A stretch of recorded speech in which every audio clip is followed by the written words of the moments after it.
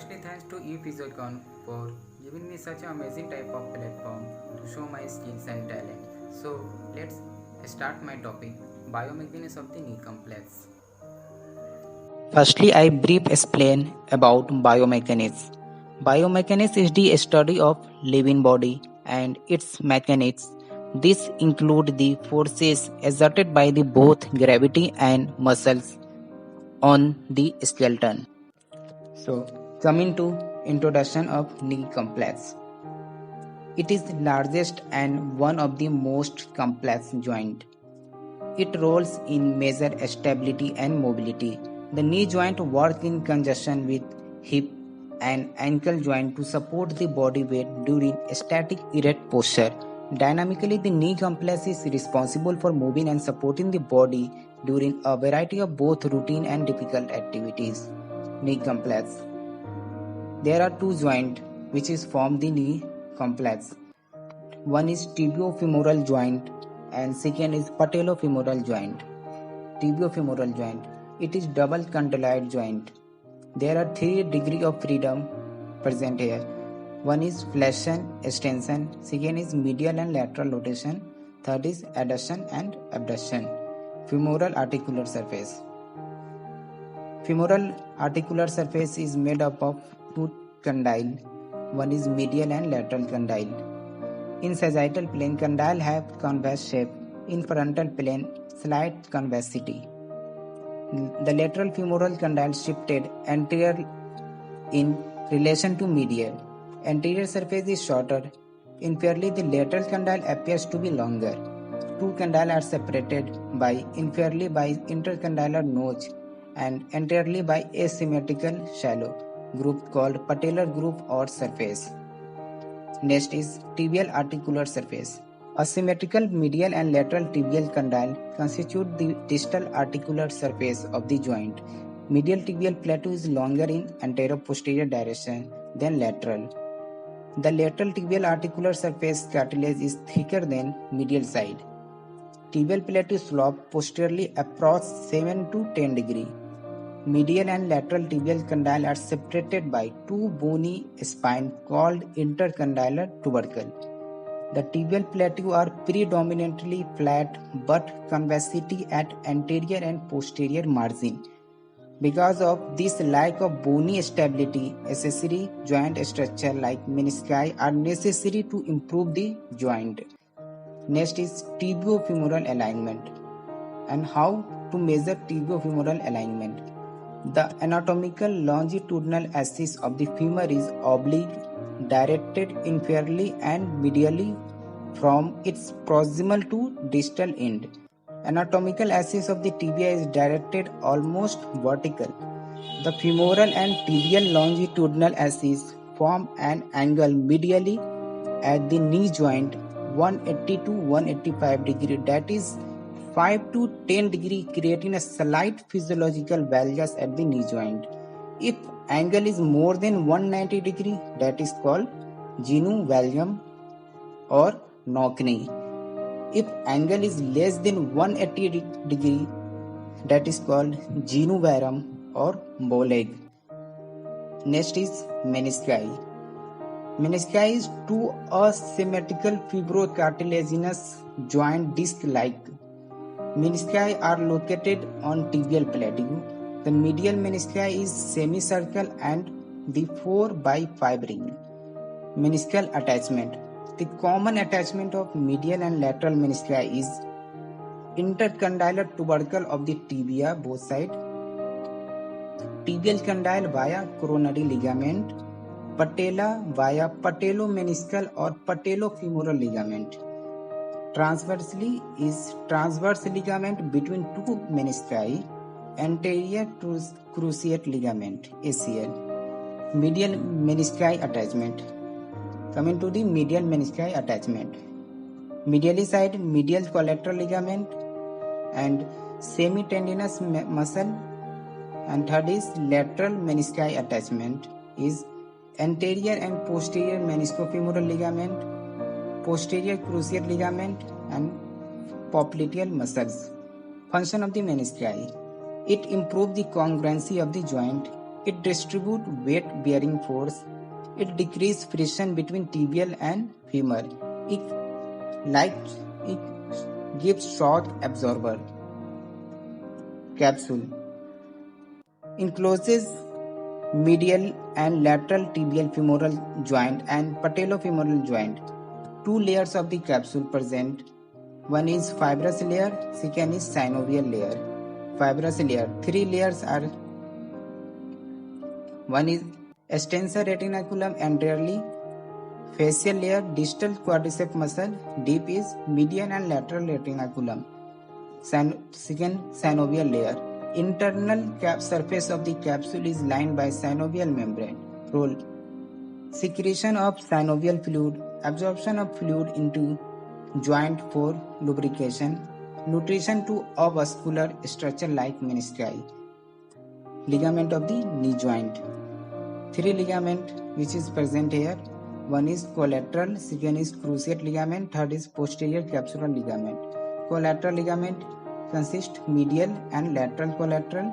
Cruciate is ligament consists anterior and posterior cruciate ligament. Posterior capsule ligament, oblique popliteal ligament, posterior oblique ligament, and third is arcuate ligament. Function of the ligament is it provides major stability of the knee joint. It helps in proprioception. It limits the movement.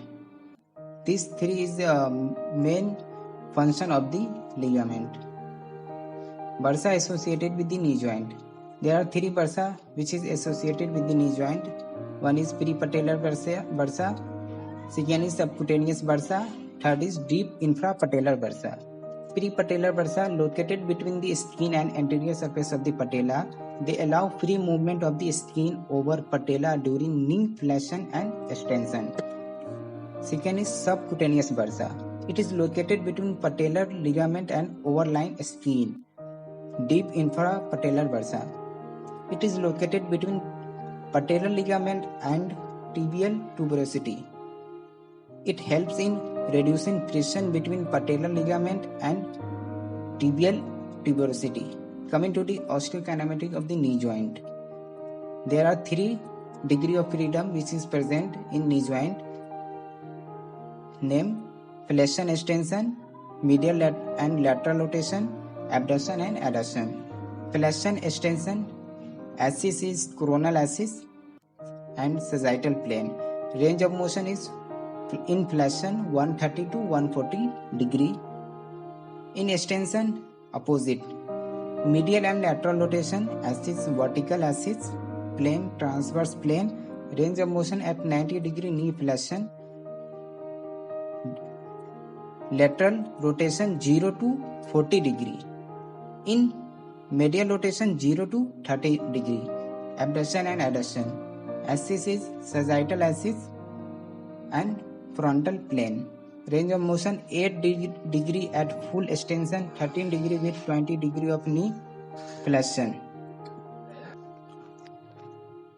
Arthrokinematic of the knee joint. Rule. According to rule, when convex is moving on concave surface, roll and glide will be opposite direction. So, femur distal part is convex shape and tibia proximal part is concave shape.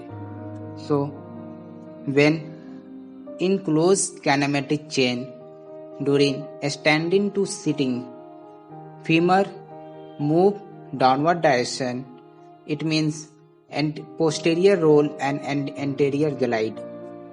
In sitting to standing, femur distal part is moving anterior direction. It means anterior roll and posterior glide. Coming to rule second, when concave is moving on convex surface, so same roll and same glide in same movement. Now in open kinematic chain, tibia is moving on femur surface. It means femur is fixed and tibia is moving on. So anterior roll and an anterior glide. locking and unlocking of the knee joint. When moving to full extension of the knee joint, femur rotate medially during last 30 degree of the movement. This pull all the major ligament of the knee joint out, locking the knee and making it very stable. To flash the knee from full extension, joint must first be unlocked by contracting the popliteus muscle, which rotate the femur laterally. The main muscle which unlock the knee is popliteus muscle. Patellofemoral joint. Articulation of the patella and femur. The patella is true sigmoid bone.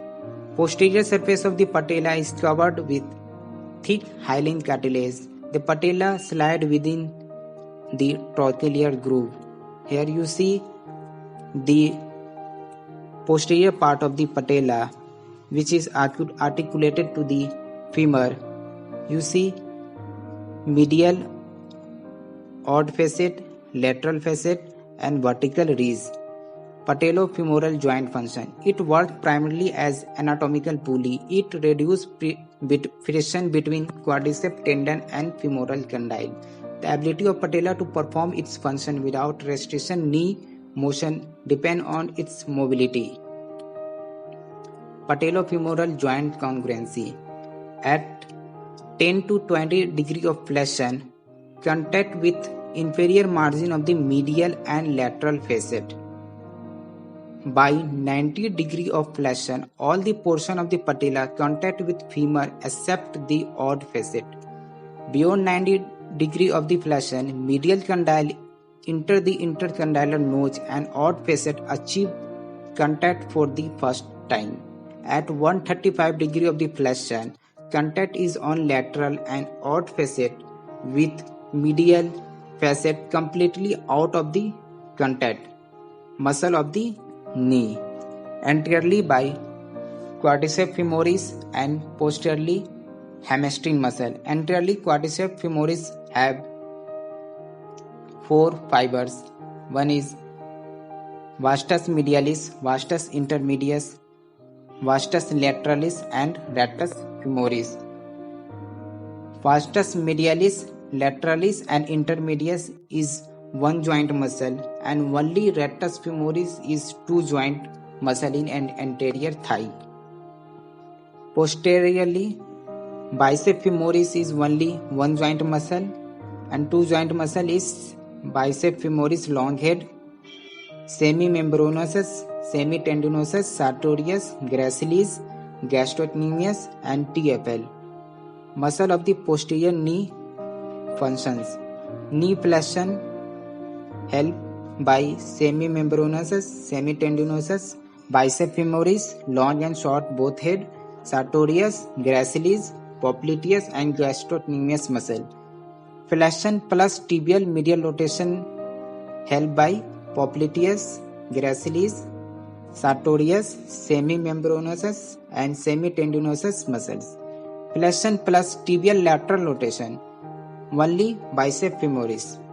Flexion plus adduction help by bicep femoris, lateral head, gastrocnemius, and popliteus.